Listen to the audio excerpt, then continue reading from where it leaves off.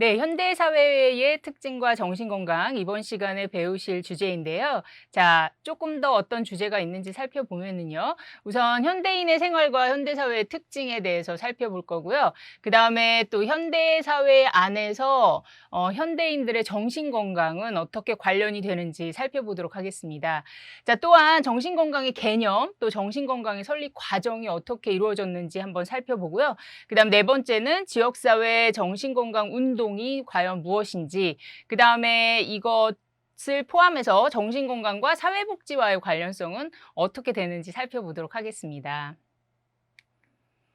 네, 자, 먼저 현대인의 생활과 현대사회의 특징을 우리가 살펴본 후에 그다음에 정신건강에 대한 그런 내용들을 확인하면 좋을 것 같아요. 그래서 현대사회의 특징과 또 정신건강은 굉장히 밀접한 관련이 있기 때문에 그런데요.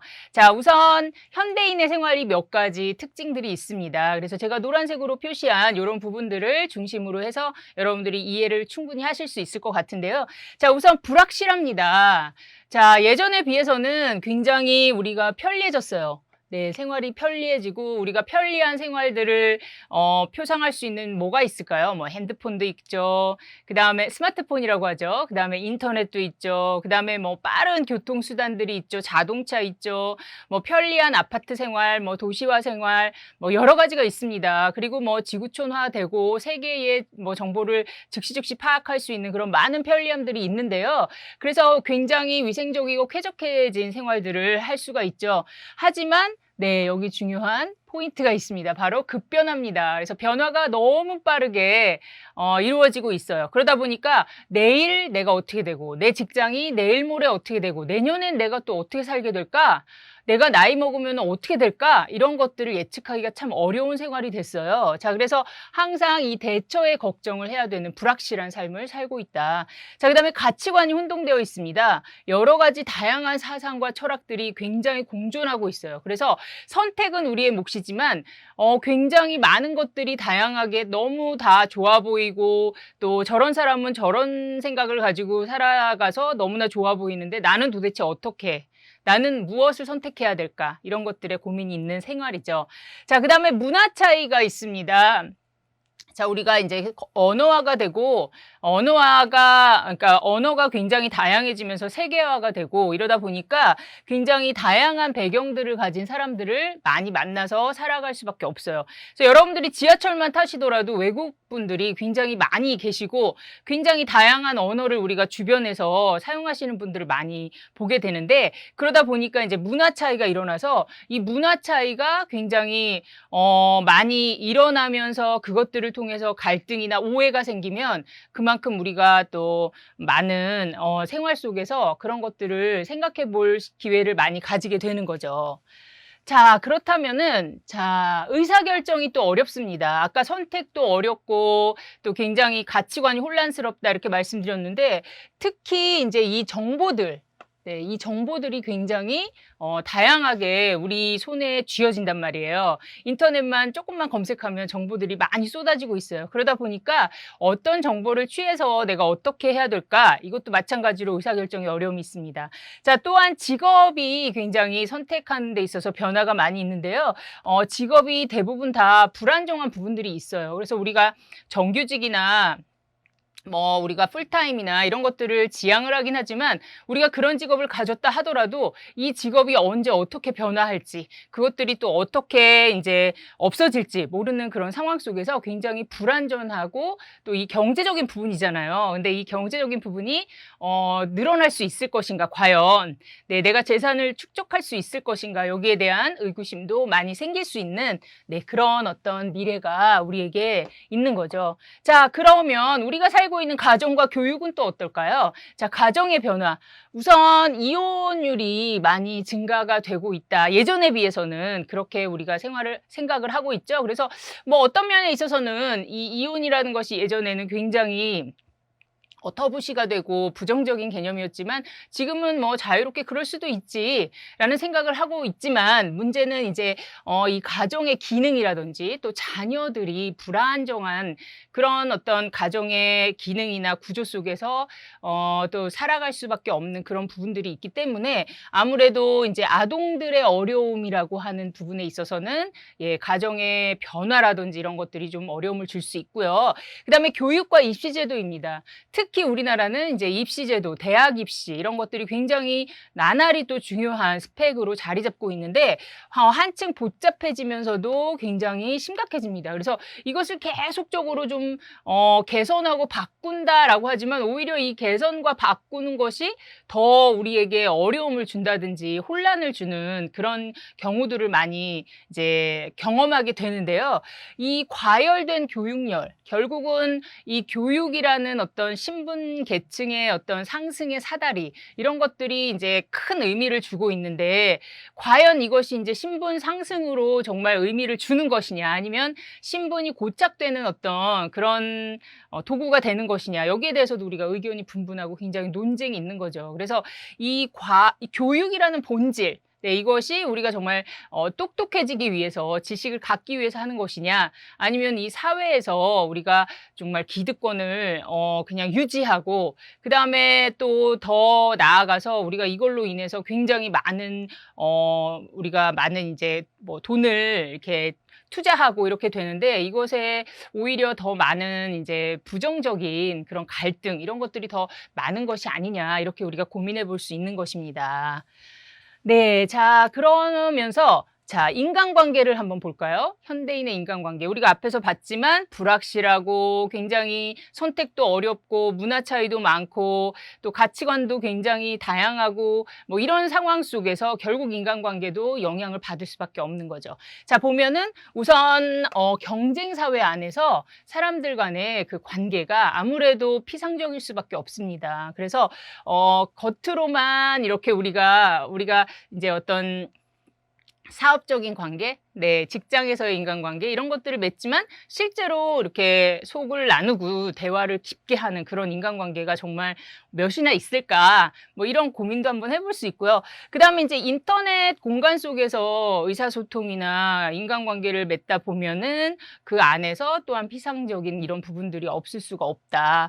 그래서 우리가 뭐 SNS나 이런 소통을 가지고서 소통을 하는 것이 어떻게 보면은 또 굉장히 편리하고 시공간을 초월하기 때문에 또 굉장히 우리가 그냥 만나는 그런 인간관계보다 되게 다양한 그런 관계들을 만들 수 있다라는 장점도 있지만 그 안에서 피곤함이나 불편함이 또 많이 나오고 있는 거죠. 그래서 오히려 갈수록 네, 실존적인 공허함 네, 공허함이 있을 수 있다. 그래서 많은 사람들을 내가 아주 간편하게 뭐 SNS라든지 소셜미디어라든지 뭐 인터넷상의 공간을 통해서 뭐 게임하다가 많은 사람을 만날 수 있구나. 정말 굉장히 많은 인맥을 갖고 있다라고 하지만 실제로 내가 고민이 있고 어려울 때는 과연 누구와 함께 내 이 마음속에 정말 답답함을 나눌 수 있을까 이렇게 생각하면 상당히 좀 공허한 마음이 들 수도 있겠죠.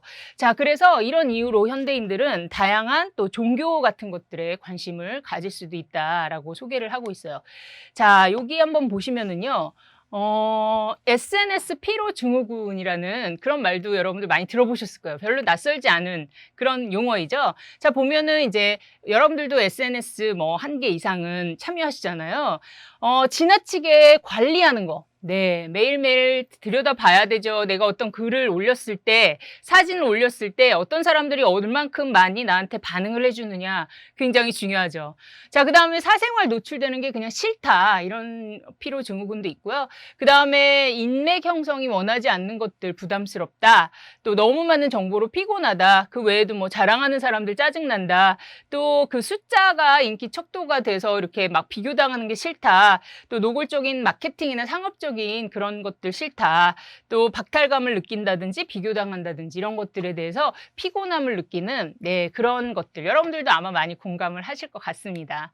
자, 그래서 지금까지 얘기했던 현대사회 특징 결론적으로 이제 한번 결론을 내려보면은 어느 때보다도 정신건강 문제가 굉장히 많이 대두가 되고 있습니다. 그래서 이것은 하나의 개인적인 문제에서 이제는 사회적 이슈로 우리에게 다가오기 때문에 사회적 이슈라는 말은 무슨 말일까요? 결국은 우리 모두가 관심을 가지면서 우리가 좀 개선할 수 있는 그런 공간대를 형성하고 또 이것들이 사회 제도로 정책으로 국가적인 어떤 사업으로 이렇게 해가지고 이것을 한번 조금이라도 우리가 정신건강을 위해서 한번 노력해보자. 이런 어떤 생각들이 중요하다라는 개념인 거죠. 네. 자, 그러면 두 번째입니다. 현대인과 현대사회 특징 분석, 그다음에 정신건강과의 관련성을 조금 더 자세히 들여다보도록 하겠습니다. 우선 21세기 정보화 사회가 결국은 우리 현대사회를 이끄는 거죠. 그래서 컴퓨터 등의 정보 통신의 비약적인 발전으로 인해서 정보화 사회가 이루어졌는데 우리나라 같은 경우는 1990년대부터 정보화 사회로 진입을 했다고 합니다. 정보화 사회인데요. 우선 지적 재산, 이것들이 이제 디지털화된 많은 자신의 어떤 지적인 그 산출물이라든지 논문이라든지 연구문이라든지 보고서 이런 것들이 이제 다 재산화가 되는 거죠.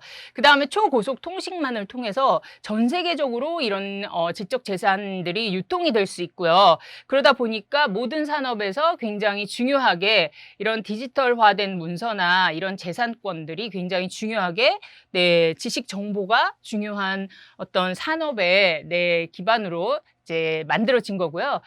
자, 그 다음에 이 정보화 사회에서 인간관계는 앞에서도 조금 말씀드렸지만 이제 대부분의 경제 논리가 지배하면서 깊은 만남보다는 이제 사업적인 어떤 그런 경제 논리에 의해서 주고받는 원칙, 기브 앤 테이크 원칙에 의해서 인간관계가 이제 자리를 잡아가는 거죠. 자, 그리고 이제 개인차가 굉장히 심화가 됐어요. 그래서 우리가 이제는 어때요? 개인 간의 어떤 생활이라든지 나의 생활 방식에 대해서 누가 참견을 하거나 이런 것들을 굉장히 싫어요. 이제는 부모님께서도 성인 자녀나 청소년 자녀 이렇게 참견을 하면 그 자녀들이 굉장히 막 싫어하죠. 그래서 이 개인주의적인 자기 것을 이렇게 잘 유지하려고 하는 그런 개인주의 이런 것들이 이제 만연하게 되고 그래서 사생활 침해라든지 이런 것들이 이제 범죄로 생각이 되는 시대가 되었습니다. 자, 그리고 아까도 얘기했지만 이제 미래 예측이 굉장히 불확실해졌습니다. 그리고 지적 재산권을 침해하는 것도 굉장히 강화되고 있는 그런 거고 그다음에 이제 정보 격차, 특히 세대 간의 정보 격차. 그래서 지금 이제 디지털 기기를 물고 태어난다 이렇게 얘기하는 21세기에 태어난 그런 아동들의 어떤 사고와 그다음에 이제 아주 어르신들 60대, 70대 되신 어르신들의 정보 격차는 말할 수가 없죠. 그래서 이 정보에 이렇게 이제 접근하는 어떤 그런 능력이나 이런 것들이 완전히 달라지는 거죠. 그래서 세대 간에 이 정보기기를 다루는 그런 어떤 능력에 대해서도 엄청나게 차이가 나고요. 그러다 보니까 이 격차의 문제들 이런 것들이 또 사회 문제가 될 수 있겠습니다. 그 밖에 컴퓨터를 이용한 각종 범죄나 가상 공간에서의 도박이라든지 그다음에 여러 가지 사생활 침해 같은 것 그다음에 여러 가지 금융 문제라든지 이런 것들이 많이 일어나다 보니까 이제 정보 윤리의 문제 이런 것들이 중요하게 다루어져야 하겠습니다. 네. 자, 그다음에 세계화 한번 볼까요? 하나의 지구촌이죠. 왜냐하면은 또 통신기술, 인터넷 이런 것들이 발달을 해서 우리가 이제는 뉴스를 통해서 바로 멀리 있는 우리나라에서 이 비행기를 타면 거의 20시간 갈 수 있는 남미나 이런 곳 소식도 실시간으로 우리가 들을 수 있는 정말 편리한 지구촌 사회가 된 거죠. 그러다 보니까 더 빠르게 편리하지만 인터넷이 보편화돼서 정말 빠르고 편리하지만 그만큼 이제 우리가 지구촌화 안에서 다문화 사회를 살기 위한 여러 가지 대비가 필요하다. 언어적인 것뿐만 아니라 여러 가지 윤리적인 거, 문화 차이를 어떻게 극복하느냐 이런 것들이 굉장히 중요하게 이해가 되어야 하겠습니다.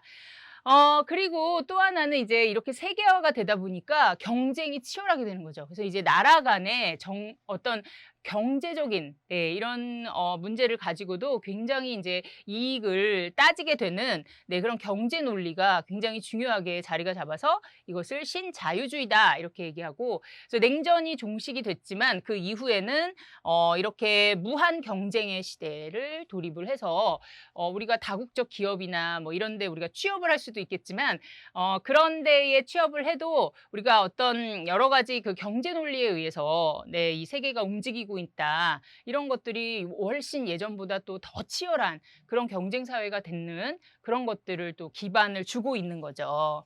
네.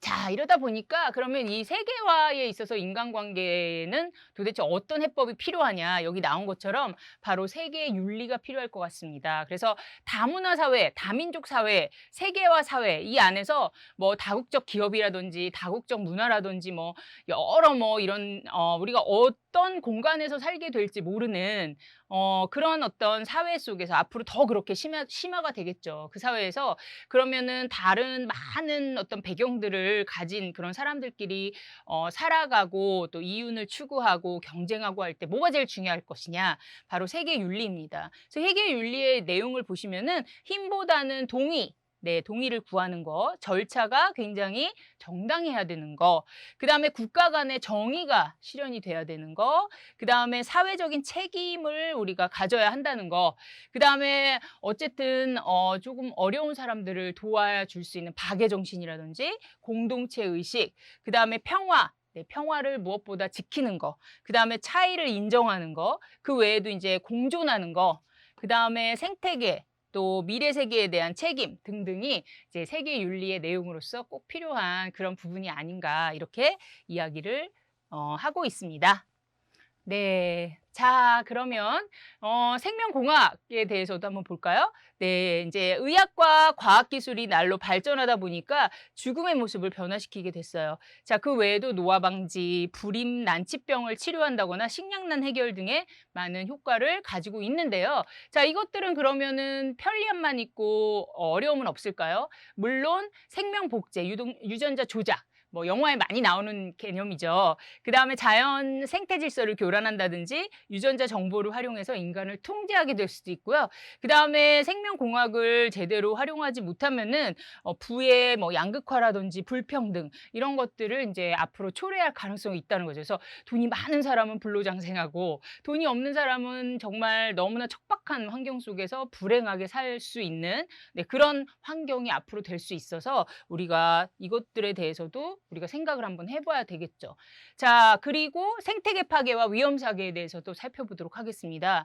자, 생태계 파괴는요, 지구 온난화, 또 자원의 고갈, 또 오존층의 파괴 이런 걸로 인해서 나타나는 현상이라고 여러분들도 많이 알고 계시죠. 그래서 점점 뭐 남극의 빙하라든지 이런 것도 많이 녹고 그래서 여러 가지 생태계가 교란이 일어나고 뭐 멸종이 되고 이러다 보니까 우리 삶에 있어서도 뭐 기온이 굉장히 여름에 올라간다든지 겨울에 너무 많이 춥다든지 그다음에 각종 전염병이나 뭐 바이러스 같은 것들이 만들어지기 쉬운 그런 사회가 될 수 있는 거죠. 특히 이제 대기 오염이나 뭐 미세먼지 같은 것들, 그다음에 산성비, 수질 오염, 물 부족, 토양 오염이나 사막화, 쓰레기 폐기물 이런 것들로 인해서 우리 생태계가 많이 또 바뀌어지고 이런 것들이 또 정신 건강에도 당연히 어려움을 줄 수가 있겠습니다. 네, 자, 그래서 위험사회가 또 있는데요. 위험사회는 뭐냐면은 새로운 위험입니다. 바로 도처에 존재하는 위험인데요. 이렇게 생태계 파괴로 인해서 뭐 여러 가지 질병이나 전염병이나 바이러스가 많아지는 거, 그 다음에 뭐 어떤 기온, 뭐 그런 것들이 많이 변화하면서 우리 뭐 여러 가지 건강에 해를 줄 수 있는 그런 환경들, 그 외에도 핵기술이라든지, 그 다음에 원전사고라든지 생명공학, 그리고 또 교통사고. 네, 교통사고도 굉장히 우리가 어떤 예측할 수 없는 위험이 되는 거죠. 그래서 이런 어떤 것들이 위험사회가 되다 보니까 정말 맨 앞으로 다시 돌아가는 거죠. 그래서 정말 우리가 예측할 수 없는 어떤 불확실성, 예, 이런 것들에 이제 살게 되는 그래서 이것들이 어쩔 수 없이 우리에게 공포나 불안을 조성하는 정신건강에 영향을 줄 수밖에 없는 그런 사회가 또 될 수밖에 없다고 생각이 됩니다.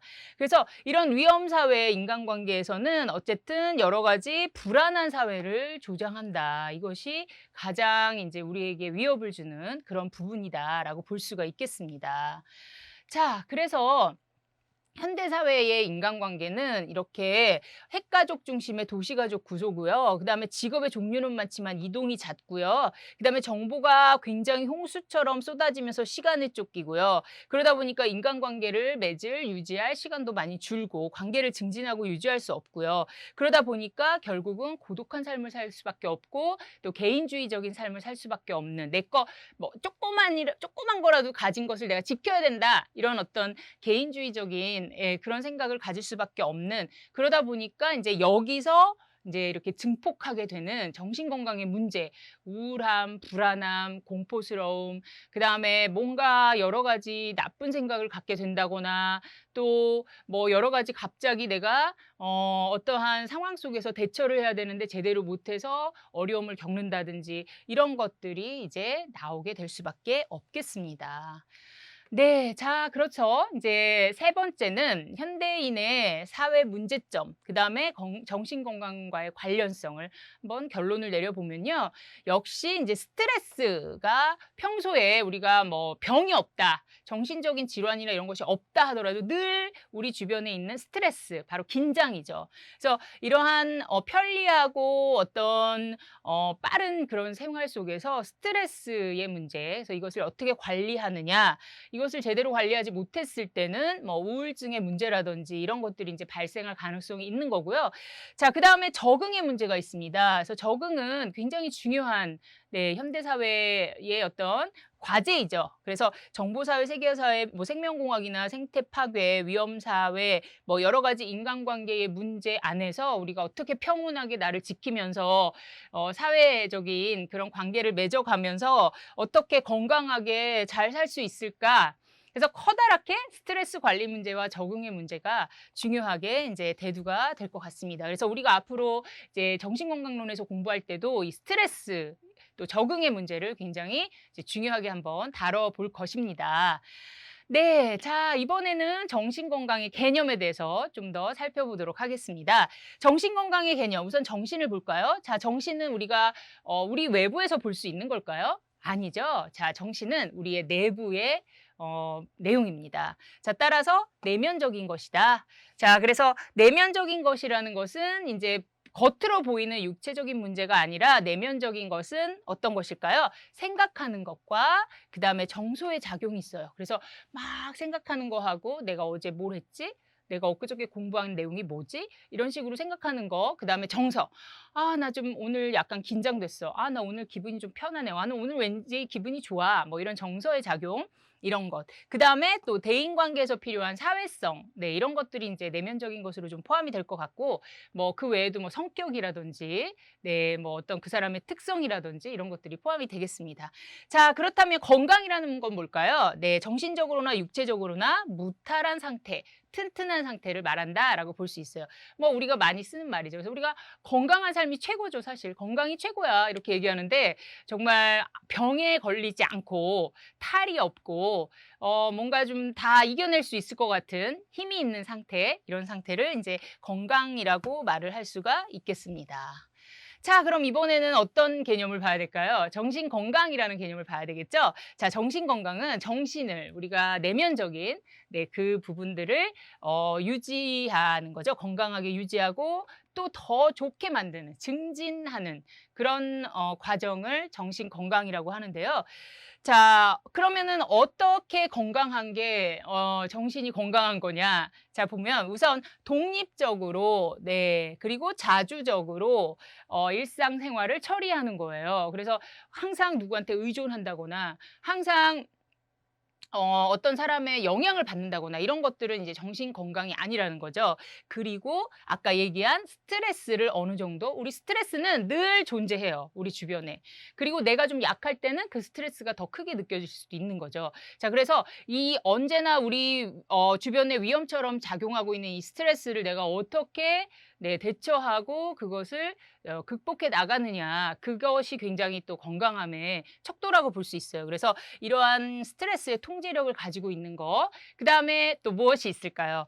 우선 개인 생활과 사회 생활이 중요합니다. 그래서 원만해야 돼요. 네, 이것도 참 상당히 어려운 개념이긴 한데요. 네, 사회생활, 사람들과의 대인 관계가 원만하게 이루어지는 거, 요 정도가 되면 아, 이 사람은 정신적으로 건강할 수 있구나, 건강하구나, 이 정도로 얘기할 수 있다는 거죠. 그래서 요것은 이제 교육학 대백과사전에서 얘기한 정신 건강에 대한 의미였습니다.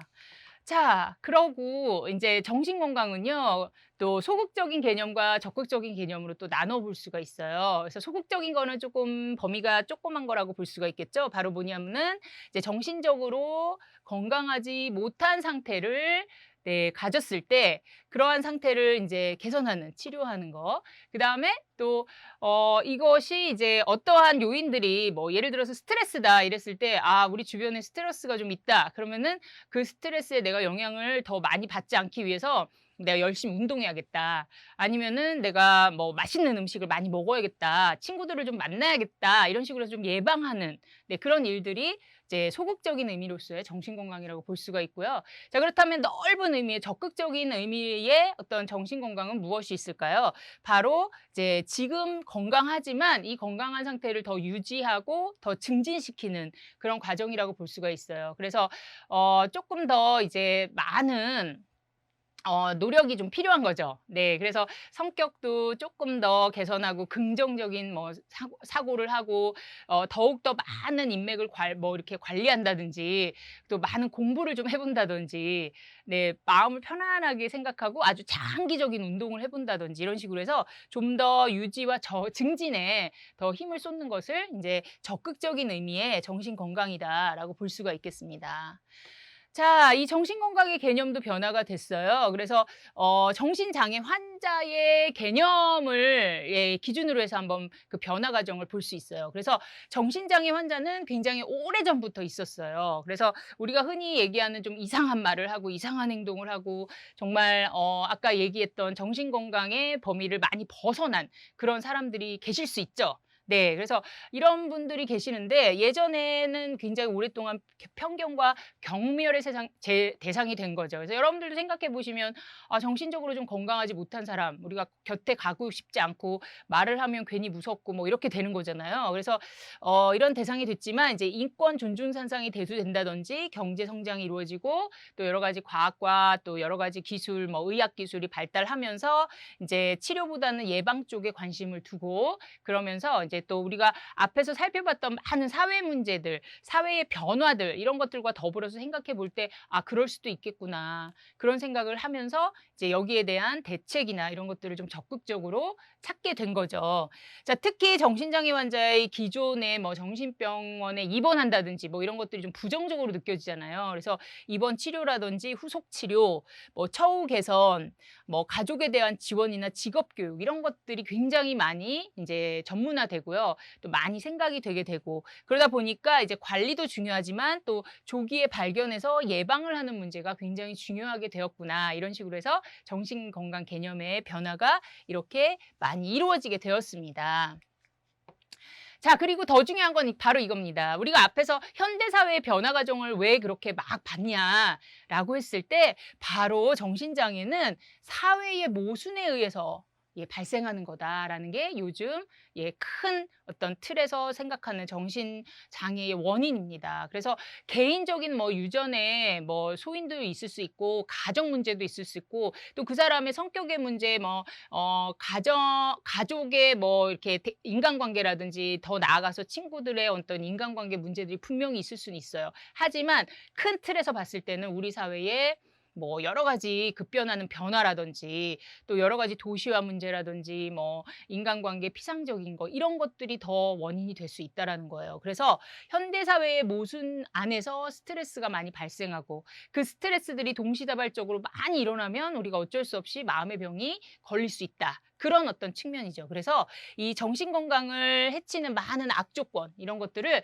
우리 사회가 좀 많은 사람들이 인식을 해서 좀 이런 것들을 좀 개선해 나가고 또 제도로서 정책으로서 이것을 좀 지원을 하고 이런 것들이 이제 정신 건강의 문제로 자리를 잡게 됐습니다. 따라서 이런 여러 가지 그 개인의 여러 가지 문제들을 일으킬 수 있는 사회의 문제들, 사회의 모순들 이런 것들을 발견해서 개선해 나가자. 이것이 이제 정신건강 문제에도 굉장히 중요한 부분들이 됐습니다. 그래서 이 부분 되게 중요하니까 여러분들이 잘 기억해 놓으시면 좋을 것 같습니다.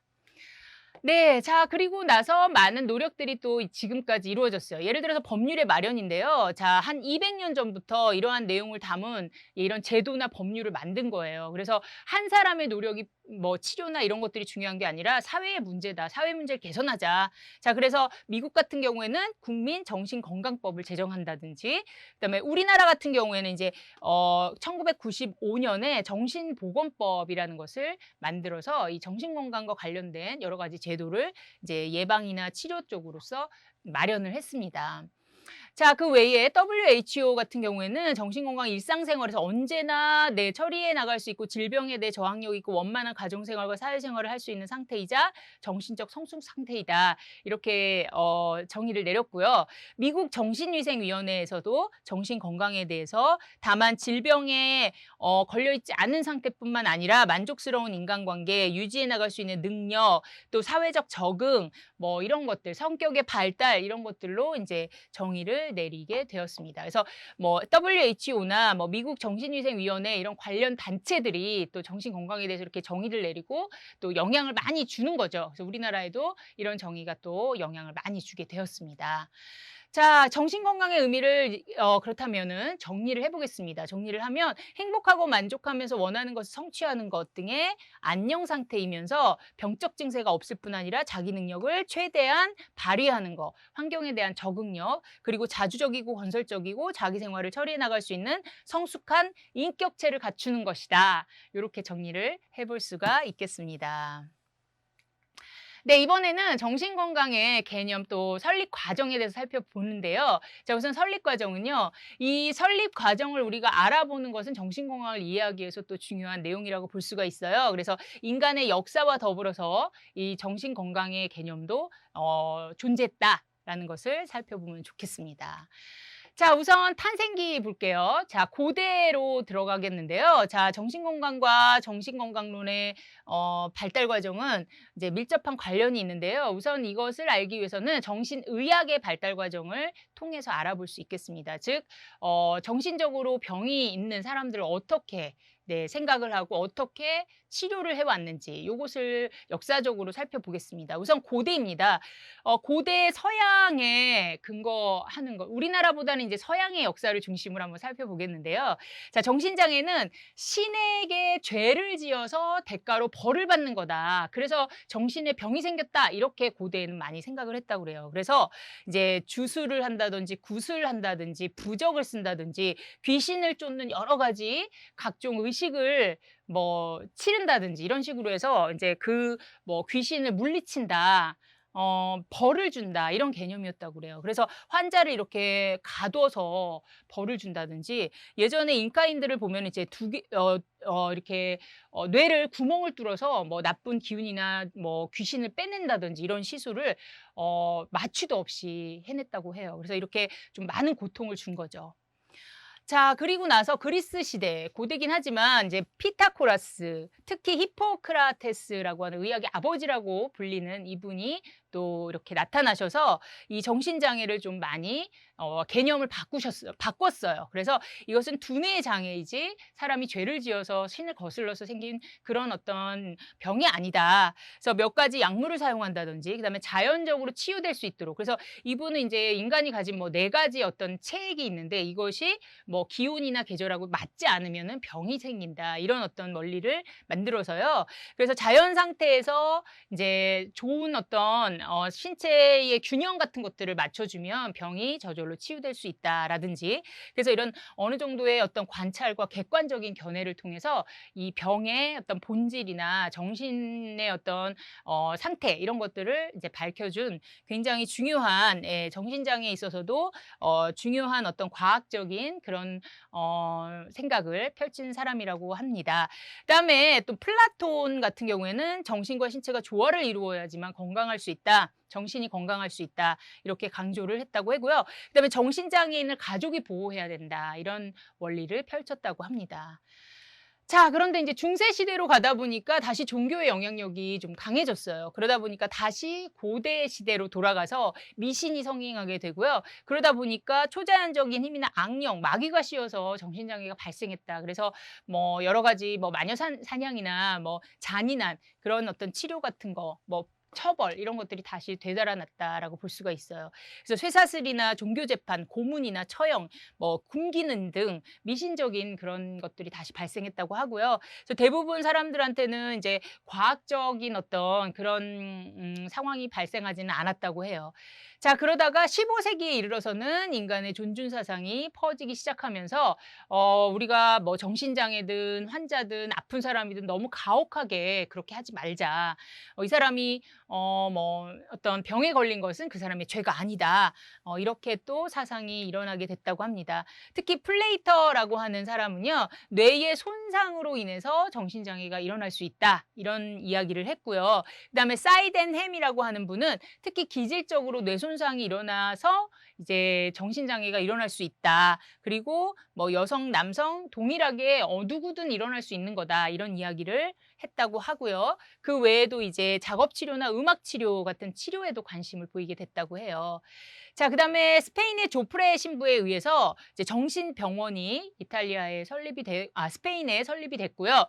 그다음에 영국의 베들레헴 정신병원이 개원이 돼서 정신장애인들을 이제 수용하는 치료 이런 것들이 만들어졌다고 했는데, 좀 가혹하게 뭐 이렇게 묶어 놓는다든지 이런 것들이 여전히 존재를 했다고 해요. 자, 그리고 나서 종교개혁이 일어났습니다. 그리고 나다 보니까 이제 인간성 회복 운동이 르네상스 종교개혁으로 인해서 일어나다 보니까 이제 정신장애에 대해서도 너무 미신적으로 접근하지 말자. 게다가 이제 정신장애인의 치료에 있어서 수용은 너무 잔인하게 묶어놓고 이런 분들도 다 인권이 있다. 자, 그래서 치료에 더 우선시하는 그런 쪽으로 이제 바뀌게 된 거죠. 이게 중요한 어떤 개선점이라고 볼 수가 있겠습니다. 자, 그다음에 프랑스 대혁명 이후에는 피넬이라고 하는 의사분이 이제 정신장애자 수용소에서 이들을 풀어주고요. 그다음에 산책을 하게 한다든지 또 일을 하게 한다든지 또 여러 가지 위생적인 환경을 마련해 주면서 인도주의적인 치료의 문을 열었다. 이렇게 이야기가 되고 있습니다. 자, 그다음에 피넬의 치료법을 이어받아서 에스퀴톨이라고 하는 분은 또 정신병원을 개설해서 좀 더 인도적인 치료를 실시하게 되었고요. 그다음에 이러한 그 운동들이 하나의 정신장애인에 대한 인간적 대우 운동으로 발생을 해서 독일, 미국에서도 전파가 되게 되었다고 합니다. 그래서 이제 가혹한 뭐 수용이나 속박 이런 것에서 좀 벗어나서 정원과 밭을 확보하고, 그래서 이제 뭐 주거하는 병동을 마련해서 좀 더 인간적인 그런 어떤 환경을 만드는 그런 운동을 일으키게 되었습니다. 자, 그다음에 미국에서도요, 이제 러쉬라고 하는 정신의학의 아버지가 계셔가지고 인간적 대우라든지, 그 다음에 정신의학 과정을 체계화하고 인도적인 치료 이런 것들을 이제 하게 되었다고 합니다. 그래서 굉장히 그 파급 효과, 종교 개혁으로 인한 파급 효과가 굉장히 많이 일어났다는 것을 볼 수가 있겠습니다. 19세기 이르러서는요, 모든 질병 연구가 이제 굉장히 활발하게 일어났어요. 자, 그래서 크레펠린이라든지 이런 분들, 그리고 이제 정신의학에 대한 어떤 깊숙한 어떤 그 학문적인 그런 연구들 이런 것들이 많이 일어나면서 이제 증상에 대해서도 많이 기술하고 표현하고 뭐 그 경과라든지 예후 뭐 이런 것들을 많이 정리해 놓은 그런 어떤 연구들이 많이 일어났다고 볼 수가 있겠습니다. 네. 그리고 20세기가 되면 이제 괄목할 만한 성장이 일어나게 되는데 이제 이때는 프로이드라든지 융, 아들러, 랭크 이런 분들에 의해서 많은 연구들이 이루어지면서 이제 이론들, 설명들 이런 것들이 많이 나오면서 이제 새로운 치료의 가능성 같은 것들이 많이 밝혀지게 된 거죠. 그래서 정신장애의 원인을 많이 연구를 통해서 밝혀야 그것들로 인해서 이제 치료 과정들이 만들어지는 거잖아요. 그래서 이런 것들이 이제 20세기에 굉장히 괄목할 만하게 많이 이제 만들어졌다라고 볼 수가 있고요. 그다음에 이제 생물학적 정서적 원인 때문에 발생하는 것도 중요하지만 가정과 사회적 환경 때문에 나타난다는 주제도 만들어지게 됐습니다. 이것도 이제 마찬가지로 많은 연구들을 통해서 일어났겠죠. 그래서 어린 시절에 가정 환경이 너무너무나 부모와의 어떤 관계 속에서 너무 중요하다. 이런 얘기들이 일어나게 되었습니다. 자, 그다음에 또 중요한 확립기로 들어가면요. 자, 인도주의적 정신건강 운동이 생겨나게 됩니다. 자, 여기 보시는 것처럼 비어스라고 하는 분이 계시는데요. 예일대를 졸업한 아주 훌륭한 똑똑하신 분이었는데 사업을 하다가 이제 사업이 굉장히 안 좋게 되다 보니까 이제 불안과 시리에 빠져서 자살을 기도하다가 이제 정신병원에 들어가게 됐는데 여기서 이제 가혹한 체험, 아직까지도 네, 20세기에도 가혹한 정신병원의 체험이 있었던 거예요. 그래서 이분이 이 체험을 충분히 하시고서 여기에 대해서 이제 느낀 바를 네, 이 책에다가 서술을 한 거죠. 네, 그래서 뭔가 나 자신으로부터 발견한 뭐 마음 뭐 이런 식으로 번역이 될 텐데 이 책을 1908년에 발간을 해서 이 책의 내용으로 인해서 굉장히 많은 또 운동이 일어나게 되는데요. 자, 바로 정신건강 운동이었습니다. 자, 그래서 이 책으로 인해서 이제 하버드대 심리학과 교수인 제임스 정신과 의사 또 메이어 이런 분들이 이 책의 내용을 공감하면서 미국 정신의학회가 결성이 되는 계기를 마련해 준다라고 되어 있습니다. 그래서 굉장히 중요한 어떤 네, 그런 계기가 된 그런 정신건강의 하나의 운동을 일으킨 이런 사람이라고 볼 수가 있겠습니다. 자, 그래서 이제 1차 대전의 발발과 더불어서 군인이나 귀환병들의 정신건강도 굉장히 중요하게 이제 대두가 되다 보니까 이제 전쟁을 겪으신 분들이 얼마나 충격과 상처가 많으세요. 그래서 이것도 이제 맞물려서 아, 이 정신 건강을 위해서 굉장히 여러 가지 운동들이 필요하겠구나. 이런 사회적인 어떤 이슈가 되게 된 거죠. 그래서 이제 정신 건강에 대한 이슈가 생겨나게 되었습니다. 자, 그래서 이제 2차 대전 후에는 정신건강법이 개정이 되고요. 그다음에 미국 정부가 정신건강법을 제정하게 되고 이 법을 계기로 해서 인간의 정신 고통, 육체적 고통만큼이나 중요하다. 자, 이에 대해서 적절한 치료가 정말 필요하고 일반인에게도 굉장히 홍보가 필요하다. 이런 계기가 되었다고 합니다. 자, 그리고 학교에서도요. 네, 아동 지도 굉장히 중요하죠. 그래서 교사가 아동을 지도하는 것뿐만 아니라 이제 부모님이 아동을 잘 양육하는 거 굉장히 중요하고 그다음에 요때 돼서 행동주의 심리학이 발전을 해서요. 이 행동주의 심리학은 인간의 행동을 수정하는 예, 방안들 이런 것들에 굉장히 큰 영향을 주게 된 거죠. 그 이후에도 이제 미국의 정신위생 운동이라는 것, 또 지역사회의 정신건강 운동이 만들어지게 되었습니다. 자, 그럼 요 두 가지를 설명을 드릴게요. 자, 정신위생 운동. 아까 보셨듯이 그 가혹한 3년 동안 정신병원에서 가혹한 체험을 했던 아까 그 비어스라는 분이 이제 계기가 되어서 만들어진 운동입니다. 정신위생 운동이고요. 자, 미국의 정신위생위원회를 설립을 해서 정신장애인에 대한 국민들의 관심을 불러일으키게 되는데요. 자, 그럼 어떤 관심이었을까요? 아까 가혹한 체험을 했다라고 얘기를 했죠.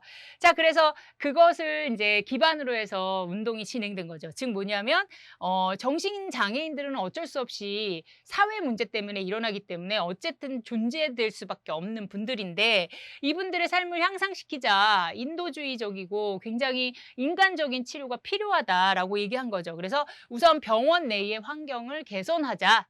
자, 그리고 정신장애인을 병원 밖에서도 보호하자. 네, 그래서 뭐 막 이렇게 낙인 찍히고 막 이렇게 혐오가 되는 그런 분들이 되는 게 아니라 이런 분들도 사회에서 좀 수용을 해서 함께 우리가 좀 좋은 상생을 해보자 이런 어떤 취지인 거죠. 그래서 보호를 하고 또 우리도 언제 어떻게 마음의 병이 걸릴 수 있다 이런 어떤 이런 어떤 의식을 가지게 되는 그런 어떤 정신위생 운동이라고 볼 수가 있겠습니다.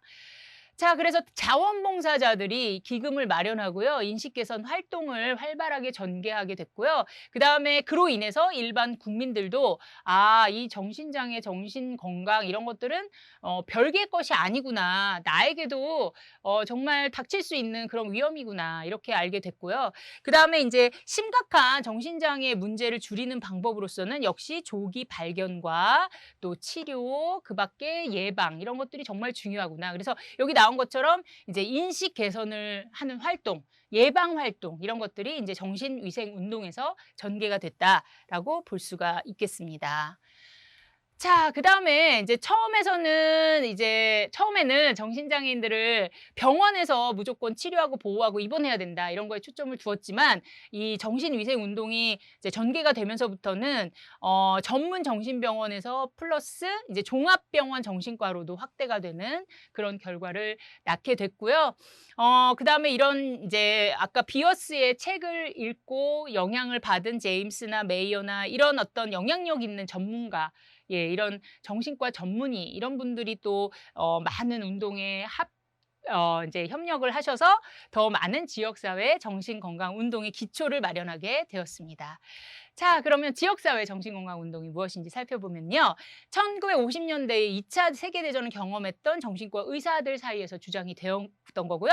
앞에서 봤던 비어스가 만든 이제 정신위생 운동하고 이제 이게 이어지는 그런 운동입니다. 그래서 정신장애인들을 이제 지역사회와 멀리 떨어진 어떤 막 시골에 있는 막 완전히 막 이렇게 소외된 그런 정신병동에 이렇게 가둬놓고 이렇게 입원하는 그게 능사가 아니다. 오히려 이런 입원 치료보다는 이제 지역사회에서 치료를 해야 된다. 즉, 우리 동네에서 이런 분들이 이제 잘 우리가 함께 살 수 있는 그런 방안들, 이런 것들이 환자들에게도 좋고 가족들에게도 편안함을 줄 수 있다. 자, 그래서 장기적인 입원보다는 단기적인 지지, 치료, 그 다음에 또 바로 사회로 복귀해서 뭐 직업을 간단하게나마 준다든지 이렇게 사회적인 지지를 받는 그런 환경들이 굉장히 중요하기 때문에 그래서 지역사회 운동이 필요하다. 이렇게 주장을 한 것이죠. 네. 자, 그래서 정신장애 치료의 탈시설화가 중요합니다. 그래서 입원이나 수용시설이 능사가 아니다. 자, 그래서 특히 1950년대 이제 항정신성 약물 이런 것들이 많이 발견이 돼서요. 이제 회복 불가능한 환자들도 퇴원이 가능하게 됐고요. 그다음에 이제 인권, 정신장애인들도 인권이 있다. 자, 그래서 이런 것들을 지각하면서 여러 가지 법률도 제정이 되고요. 그다음에 무엇보다도 탈시설화를 촉진하게 됐습니다. 그래서 이제 지역사회를 기반으로 둔 정신건강운동 이런 것들이 활발하게 진행이 되었습니다. 그래서 이런 것들이 되게 중요한 그런 어떤 가치라고 볼 수가 있고요. 자, 지역사회 정신건강의 특징은 무엇일까요? 우선 모든 정신건강에 관련된 활동이 지역사회에서 이루어지는 걸 말하고요. 그다음에 전통적인 정신건강 활동과 구분되는 특징으로서는 수용 입원 시설이 아니라 지역사회 내에서의 실천이 강조가 돼요. 이것은 뭐냐면 개인보다는 전체적인 지역사회 집단을 강조하는 것이라고 볼 수 있어요. 그래서 개인의 병이다. 그것에서 끝나는 것이 아니라 가족, 그다음에 지지자, 그다음에 전문가, 그다음에 늘 함께 이제 옆에서 관리해 주시는 그런 사례 관리 하시는 분들, 이런 분들이 협력을 해서 그런 정신 건강을 유지해 줄 수 있는 어떤 시스템, 이런 것들이 되게 중요하다. 이렇게 설명하는 것이 이제 지역사회 건강, 정신 건강 운동이라고 볼 수가 있겠습니다. 자, 그래서 치료보다는 예방과 건강 증진을 하는 서비스로서 강조가 되고요. 그다음에 이 서비스는 항상 지속과 포괄성이 중요하다. 그리고 접근성이 매우 중요하다. 그리고 직접적인 서비스도 중요하지만 자문과 같은 전문가들에 의한 간접적 서비스도 굉장히 중요하다. 이렇게 볼 수가 있겠습니다. 그리고 이제 단기 치료 위기 개입 같은 신속하고 효과적인 효율성이 높은 인삼 전략도 굉장히 강조가 되고요. 그다음에 신중하고 현실적인 정신건강 프로그램 계획이 필요하고, 그다음에 병원 내의 의료 인력이 아니라 지역사회의 인력, 자원, 즉 자원봉사자라든지 교수님 같은 전문가라든지 그 외에도 여러 가지 사회복지사라든지 이런 인력들이 또 굉장히 중요하게 그렇게 다뤄진다라고 볼 수가 있겠습니다. 그래서 지역사회와 깊은 연관을 맺게 되어서 지역사회에 대한 기여도도 되게 높아지고요. 그 다음에 정신장애 원인이 인간의 이제 개인적인 내적 원인에만 있는 것이 아니라 지역사회 전체, 즉 사회에 또 원인이 있을 수 있다라는 것을 강조해주는 개념이라고 볼 수가 있겠습니다. 네, 자, 그래서 이 정신건강복지센터라는 것이 지금 우리 지역사회 정신건강 운동하고 밀접하게 관련된 그런 센터라고 볼 수가 있는데요. 정신건강복지센터에서는요, 지역사회 내 정신질환자의 등록을 관리한다든지, 사례를 관리한다든지, 또 데이케어 같은 주간 재활을 해준다든지, 교육훈련, 또 타 기관 연계 등 정신질환자 관리나 재활 사업을 추진하고 있습니다. 또한 지역 주민의 정신건강과 자살 예방 등 지역사회 정신건강 증진 사업을 수행하고 있습니다.